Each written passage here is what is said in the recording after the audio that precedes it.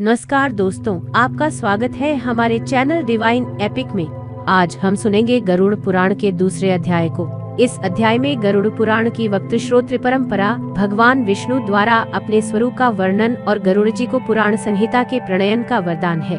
तो चलिए शुरू करते हैं। ऋषियों ने पुनः कहा, हे सूत जी महाराज, आपको महात्मा व्यास जी ने विष्णु कथा से आश्रित इस श्रेष्ठ गरुड़ महापुराण को किस प्रकार सुनाया था, वह सब आप हमें विधिवत सुनाने की कृपा करें। सूत जी ने कहा, एक बार मुनियों के साथ मैं बद्रिकाश्रम गया था।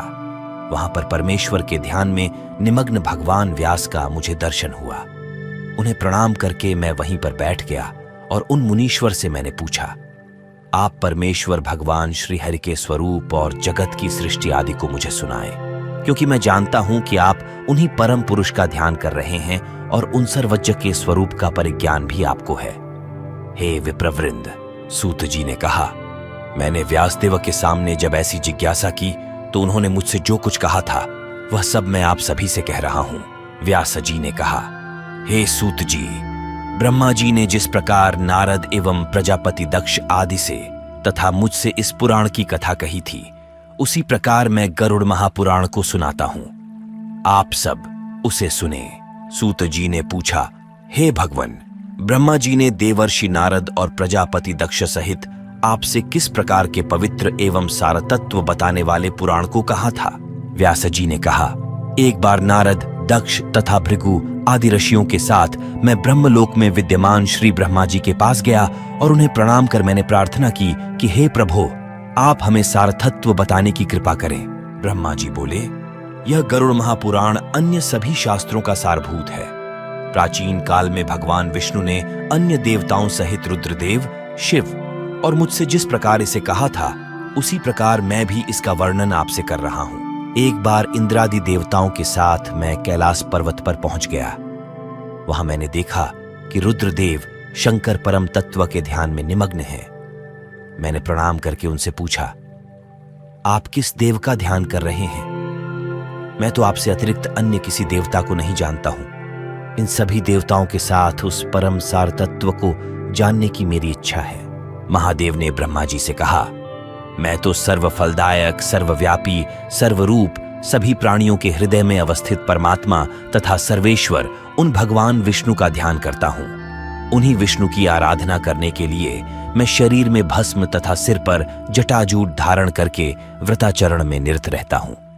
जो सर्वव्यापक, जयशील, अद्वैत, निराकार एवं पद्मनाभ हैं, जो निर्मल तथा पवित्र हंस स्वरूप हैं, मैं उन्हीं परम पद परमेश्वर भगवान श्री हरि का ध्यान करता हूं। इस सारतत्व श्री विष्णु के विषय में उन्हीं के पास चलकर हम सभी को पूछना चाहिए, जिनमें संपूर्ण जगत का वास है।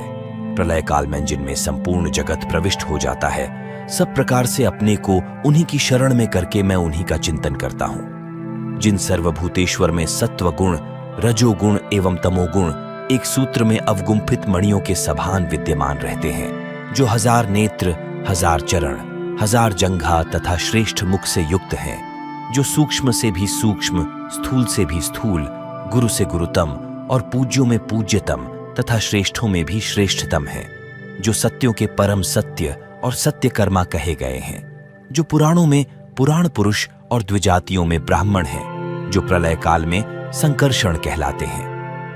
मैं उन्हीं परम उपास्य की उपासना करता हूं, जिन सत असत से परे सत्य स्वरूप एकाक्षर पर ब्रह्म की देव, यक्ष, राक्षस और नागगण अर्चना करते हैं, जिनमें सभी लोग उसी प्रकार स्फुरित होते हैं जिस प्रकार जल में छोटी छोटी मछलियां स्फुरित होती हैं, जिनका मुख अग्नि, मस्तक द्युलोक, नाभि आकाश, चरण युग्म पृथ्वी और नेत्र सूर्य तथा चंद्र हैं।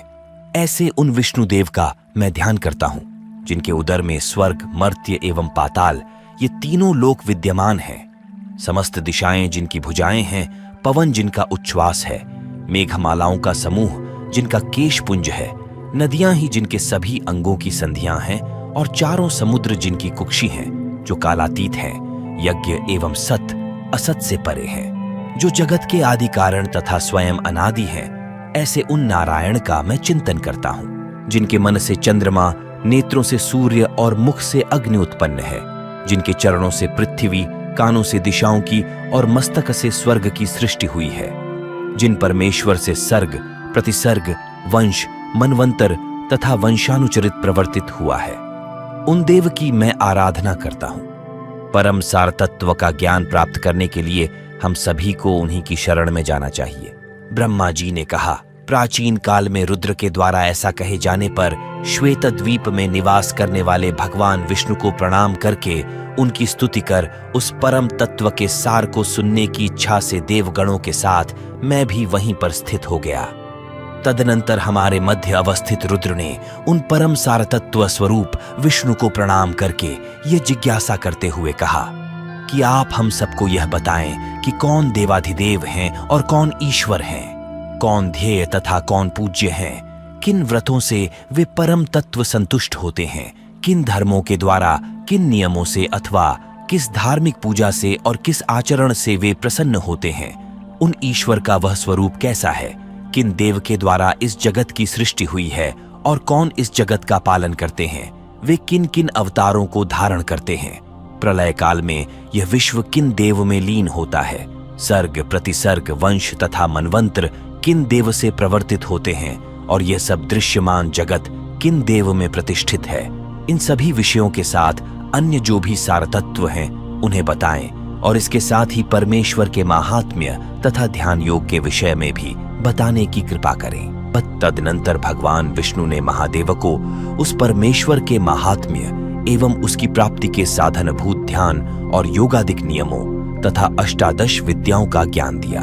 मैं ही सभी देवों का देव हूँ, मैं ही सभी लोगों का मालिक हूँ, देवों का मैं ही लक्ष्य हूँ, पूजनीय हूँ और स्तुतियों के लिए योग्य हूँ। मैं ही मनुष्यों की पूजा के लिए उपलब्ध हूँ और उन्हें परम गति प्रदान करता हूँ। व्रत, नियम और अच्छे आचरण से संतुष्ट होकर मैं ही इस संसार के मूल कारण हूँ। मैं ही जगत की रचना करने वाला हूँ। मैं ही दुष्टों का निग्रह करता हूँ और धर्म की रक्षा करता हूँ।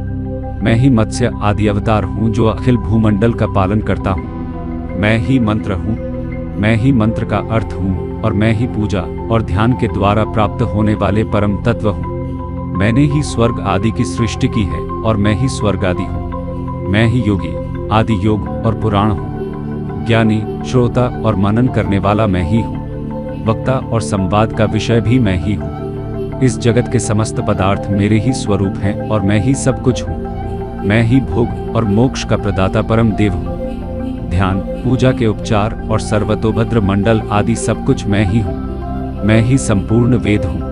मैं ही इतिहास का स्वरूप हूँ। मैं ही सर्वज्ञानमय हूँ। मैं ही ब्रह्म और सर्वात्मा हूँ। मैं ही ब्रह्मा हूँ। मैं ही सबका देवत्व हूँ। मैं ही सभी लोगों का स्वामी हूँ। मैं ही सबका ध्येय, पूज्य और स्तुतियों का विषय हूँ। मेरा स्वरूप ही सब कुछ है और मैं ही भोग और मोक्ष का प्रदाता हूँ। ध्यान, पूजा और सभी उपचार मैं ही हूँ। मैं ही संपूर्ण वेद हूँ। मैं ही इतिहास हूँ।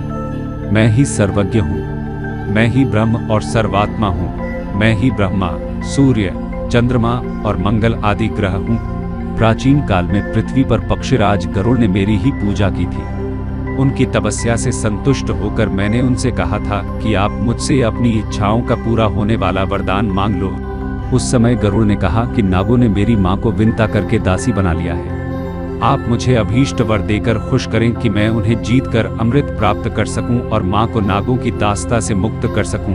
मैं आपका वाहन बन सकूं, महान बलशाली, महान शक्तिशाली, सर्वज्ञ और नागों को विनाश करने में समर्थ हो सकूं और पुराण संहिता के रचयिता की तरह कार्य कर सकूं। श्री विष्णु बोले, हे पक्षीराज गरुड़, आपने जैसा वर मांगा है वैसा ही सब कुछ होगा। आप नागों की दास्ता से अपनी माँ को छुड़ा सकेंगे। सभी देवताओं को हराकर अमृत प्राप्ति में आपको सफलता मिलेगी। अत्यंत शक्तिशाली होकर आप मेरा वाहन बनेंगे। विष के नाशक शक्ति भी आपको प्राप्त होगी। मेरी कृपा से आप मेरे ही महिमा को बताने वाली पुराण संहिता का प्रचार करेंगे। मेरे जैसे स्वरूप कहा गया है वैसे ही आप में भी प्रकट होगा। आपके द्वारा प्रचारित यह पुराण संहिता आपके गरुड़ नाम से लोक में प्रसिद्ध होगी। हे विनतासुत, जैसे देवों के बीच में ऐश्वर्य और श्री रूप में विख्यात हूँ, उसी तरह सभी पुराणों में यह गरुड़ महापुराण भी फेमस होगा।